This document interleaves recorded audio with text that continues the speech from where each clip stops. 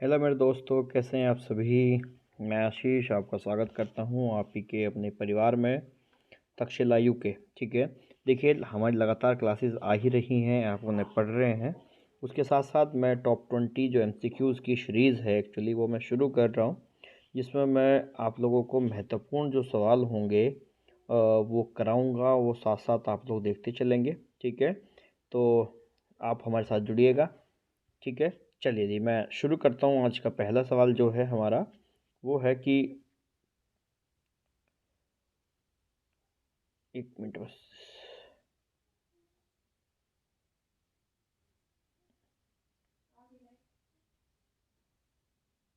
ठीक है, ये है आपका सवाल, ये रहा कि मुख्य केंद्रीय भ्रंश रेखा जो है वो किस किस के मध्य है। मुख्य केंद्रीय भ्रंश रेखा जो मध्य है वो किस किस के मध्य है। बृहत हिमालय, शिवालिक श्रेणी। चार ऑप्शन आपको दिखाए गए हैं। देखिए आप सभी जानते हैं कि हिमालय के चार पार्ट होते हैं। ठीक है, तो सबसे ऊंचा पार्ट जो ट्रांस होता है, उसके बाद फिर आपका बृहत हिमालय होता है, फिर मध्य हिमालय होता है, और सबसे नीचे आपका होता है शिवालिक श्रेणी। ठीक है, तो जो यहाँ पे आपको जवाब देखने को मिल रहा है, मुख्य भ्रंश रेखा बेटा जो पड़ती है वो बृहत हिमालय और मध्य हिमालय के बीच में पड़ती है। ठीक है, तो इसका सही जवाब हो जाएगा ऑप्शन नंबर डी। ध्यान रखेंगे, अच्छा सवाल है, इंपॉर्टेंट सवाल है। और कहते हैं कि ये जो भ्रंश रेखा आखिरकार क्या होती है कि जो आपकी जो पृथ्वी का भूभाग ना कुछ उठ जाता है या दब जाता है, उसमें क्या होता है वो जो मार्ग बनता है उसी को हम भ्रंश रेखा कहते हैं।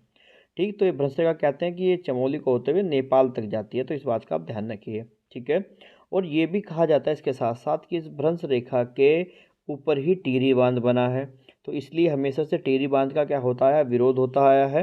ये भी आप ध्यान रखेंगे। और टिहरी बांध विरोध में जो एक हमारे पर्यावरणविद हैं सुंदरलाल बहुगुणा जी, उनका बहुत बड़ा उल्लेख जो है, उनका योगदान जो है वो किया जाता है टिहरी बांध को विरोध करने में। ठीक है, एक लंबे समय तक उन्होंने विरोध किया और वो हमेशा कहते थे कि हिमालय बचाओ देश बचाओ, है ना। चलिए आगे बढ़ते हैं। इसमें नंबर 2 हमारा जो सवाल है यहाँ पे वो है, निम्नलिखित में से कौन सा जिला जोन 4 में नहीं पड़ता। ठीक है, आपको ये बताना है कौन सा जिला जोन 4 में नहीं पड़ता। देखिए नैनीताल जोन 4 में है, बिल्कुल सही है। उधम सिंह नगर है, उत्तरकाशी है। ठीक है, बागेश्वर हमारा जोन 4 में नहीं पड़ता है, तो ये ध्यान रखना है हमें। ठीक, अगर हम भारत के पॉइंट ऑफ व्यू से बात करें तो कुल मिलाकर के 5 जोनों में टोटल हमारे क्षेत्र को बांटा जाता है। एक क्षेत्र होता है जिसमें जो बहुत ही कम संवेदनशील होता है, और अगर हम ऊपर बढ़ते जाएंगे 2, 3, 4, 5, 5 भूकंप जोन जो होता है वो बहुत ज़्यादा अति संवेदनशील होता है। ठीक है, तो ध्यान रखेंगे आप लोग कि बागेश्वर का क्या हो जाएगा यहाँ पर आंसर हो जाएगा। ठीक, आगे बढ़ें। अगर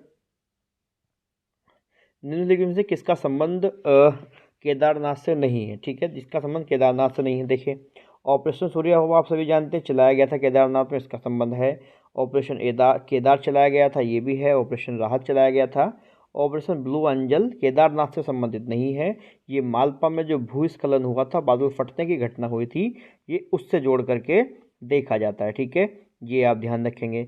ऑपरेशन सूर्य होप किसने चलाया था बेटा मेरे, ये आपकी थल सेना ने। ऑपरेशन राहत ये आपके वायुसेना ने। और ऑपरेशन केदार के तहत उसका पुनर्निर्माण का कार्य केदारनाथ मंदिर का यहाँ पर शुरू हुआ था, तो आप ध्यान रख सकते हैं। 64, उत्तराखंड का आपदा प्रबंधन मंत्रालय किस मॉडल पर आधारित है। देखिए उत्तराखंड में जो आपदा मंत्रालय बना हमारा, ये 2006 में बना। आपको पता है कि 2005 में जो हमारी भारत सरकार है उसने आपदा को लेकर के कुछ अधिनियम थे जो पारित करे थे, तब से भारत के अंदर आपदा प्रबंधन की बात होती है। दूसरी बात, आपदा प्रबंधन मंत्रालय बनाने वाला उत्तराखंड जो था वो इस भारत का क्या सा था, फर्स्ट स्टेट है। उत्तराखंड जो है वो भारत का फर्स्ट स्टेट है, तो ये आप ध्यान रख सकते हैं, उत्तराखंड भारत का फर्स्ट स्टेट है। ठीक, इसके अलावा मैं आप लोगों से बात करूं तो वो ये है कि जो हम बात कर रहे हैं कि उत्तराखंड का जो आपदा मंत्रण प्रणाली किस मॉडल पर आधारित है बेटा, ये ऑस्ट्रेलियाई मॉडल पर आधारित है। किस मॉडल पर, ऑस्ट्रेलियाई मॉडल पर ये आधारित है। ठीक है, तो आप लोग ध्यान रख सकते हैं किस मॉडल पर आधारित है, ये ऑस्ट्रेलियाई मॉडल पर आधारित है। यहाँ ये होना चाहिए। ठीक है, ये ऑस्ट्रेलियाई मॉडल पर आधारित है। ठीक है, ध्यान रखेंगे आप लोग। तो एनडीआरएफ की तर्ज पर जो गठन हुआ किसका, एसडीआरएफ का, ये कब होता है, ये अगला सवाल हमारा है। तो आप लोग देख सकते हैं 65। ठीक, देखिए क्या हुआ था कि एनडीआरएफ क्या होता है, नेशनल डिजास्टर रेस्पॉन्स फोर्स बोलते हैं इसे। ठीक है, इसी की तर्ज पर स्टेट में भी क्या करा गया, एसडीआरएफ का गठन करा गया है। तो ये कब होता है एसडीआरएफ का गठन, ये आप देखोगे तो यहाँ पर सब ऑप्शन जो है वो 2013, 13 अधिकतर बच्चे हमारे क्या करते हैं कि 13 तो याद कर लेंगे, है ना, वो कभी कभी डेट में बहुत ज़्यादा क्या हो जाते हैं, कंफ्यूज हो जाते हैं। तो देखिए कंफ्यूज नहीं होना है, यहाँ पे राइट आंसर हो जाएगा बेटा मेरे ऑप्शन नंबर सी। देखो 9 अक्टूबर 2013 को क्या हुआ था कि एसडीआरएफ का गठन हमारे राज्य में किया गया था। तो ये बात आप लोग ध्यान रख सकते हैं। इससे आगे बढ़ते हैं अगर हम लोग, देखिए चलो, देखो डिकारा शब्द क्या है, डिकारा आप लोग देखोगे तो डिकारा क्या होता है बेटा, जो आपकी मूर्ति शिल्प होता है ना, ये उससे संबंधित होता है, ध्यान रखना है। डिकारा किसे बोलते हैं, जो मिट्टी की देवी देवताओं की जो चित्र बनते हैं, मूर्तियाँ बनती हैं, रंगीन मूर्तियाँ बनती हैं, उन्हीं सबको हम क्या बोलते हैं, डिकारा बोलते हैं। उसका संबंध किससे है, ये मूर्ति शिल्प से इसका संबंध है।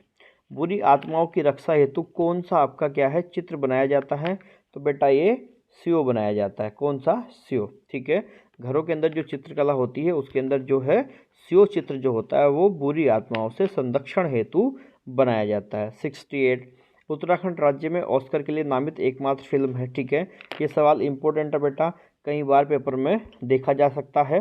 दूसरी बात, यहाँ पे जो ऑस्कर के लिए नामित हुई थी फिल्म वो थी हमारी Moti Bagh, option number C Moti Bagh. इसके अलावा आपने हिमवीर देखा है, ये आईटीबीपी के जमानों पर बनी गई एक डॉक्यूमेंट्री है। घर जबे मोस्ट इम्पोर्टेंट, इसकी पूरी डिटेल मैंने की है, आप ध्यान से देख सकते हैं। चालदा यात्रा जो है वो डॉक्यूमेंट्री है ये भी। ठीक है, तो आप ध्यान रख सकते हैं कि ये सब क्या है, डॉक्यूमेंट्रीज हैं। और मोती बाग जो थी वो एकमात्र फिल्म थी जो क्या हुई थी, नॉमिनेट हुई थी ऑस्कर के लिए। ठीक है, प्रथम यंग उत्तराखंड सिने अवार्ड कब से यहाँ पर जारी किया गया है, ये हमें देखना है। तो 69 का सवाल हमारा है कि प्रथम यंग उत्तराखंड सिने अवार्ड किस वर्ष दिया गया, बेटा ये हमारा 2010 में दिया गया। मोस्ट इम्पोर्टेंट है, आपको ध्यान रखने वाली बात भी। ठीक, सवाल नंबर आपका 70, पृथ्वी का आकर्षण किसे कहते हैं। बच्चे जो दानपुर की चाचरी है ना, ये मोस्ट इम्पोर्टेंट है, देखो ध्यान रखना। दानपुर की चाचरी को क्या बोलते हैं, पृथ्वी का आकर्षण बोलते हैं। दानपुर कहाँ पड़ता है, ये पिथौरागढ़ वाले एरिया में पड़ता है। तो वहाँ जो चाचरी है वो पृथ्वी का आकर्षण कही जाती है। 71, उपदेशात्मक गीत हैं। देखो ये गीत मोस्ट इम्पोर्टेंट है, एक सवाल आएगा, ये बात मान के चलें आप लोग। और अलग अलग प्रकार के गीत होते हैं, जैसे यहाँ पे हम पूछा गया कि उपदेशात्मक गीत कौन से बेटा, तो ये पटगीत जो होते हैं ये क्या होते हैं, आपके उपदेशात्मक गीत होते हैं। इसमें उपदेश, जागर, कहानियाँ है ना, ये सब सुनाई जाती हैं। तो ये इम्पोर्टेंट है। खच्चर सेना किस वर्ष बनाई गई, ठीक है, बहुत बढ़िया। देखिए कूली बेगार के बारे में आप सभी ने सुना होगा। तो कूली बेगार को ख़त्म करने के लिए एक अधिकारी हुआ करते थे, ग्लिन। ठीक है, क्या नाम है, ग्लिन, ग्लिन अधिकारी। तो ग्लिन अधिकारी ने क्या किया था, एक सर्वे किया था। उस सर्वे के बाद एक रिपोर्ट बनाई थी। उस रिपोर्ट में देखा गया कि ज़रूरत वास्तव में जो यहाँ कूली बेगार देते हैं लोग, उनकी स्थिति बहुत ही ज़्यादा दयनीय है। तो इसका प्रस्ताव भेजा, उस समय हमारे कमिश्नर हुआ करते थे ट्रेल साहब। तो ट्रेल साहब को प्रस्ताव भेजा, तो ट्रेल साहब ने 1822 में किसका निर्माण करा, खच्चर सेना का निर्माण करा ट्रेल साहब ने। ठीक, ध्यान रख सकते हैं। किसने कूली बेगार आंदोलन को असहयोग की प्रथम ईंट कहा था, बहुत बढ़िया सवाल है। किसने कहा था कूली बेगार को असहयोग की प्रथम ईंट। देखिए आप लोग ध्यान रख सकते हैं, असहयोग आंदोलन में क्या करा गया था कि हमें सरकार का साथ नहीं देना है। और उस समय स्वामी जो सत्यदेव जी थे, उन्होंने ये बात कही थी कि ये क्या है, कूली बेगार जो है असहयोग की प्रथम ईंट है। क्यों, क्योंकि कूली बेगार में बरदाया जो कूली फ्री की टैक्स बिना पेड़ हुए हुए कूली होते थे, कूलियों की जो बेगार दी जाती थी वो देना इन्होंने अस्वीकार कर लिया था। इसलिए स्वामी सत्यदेव जी ने क्या कहा कि ये असहयोग की प्रथम ईंट है। ठीक है, चलिए 74, अभय नामक साप्ताहिक पत्रिका कहाँ से प्रकाशित होती है। ठीक है, देखिए अभय जो पत्रिका है ये कहाँ से प्रकाशित होती है बेटा मेरे, ये देहरादून से प्रकाशित होती है। तो ये बात भी ध्यान रखेंगे आप लोग।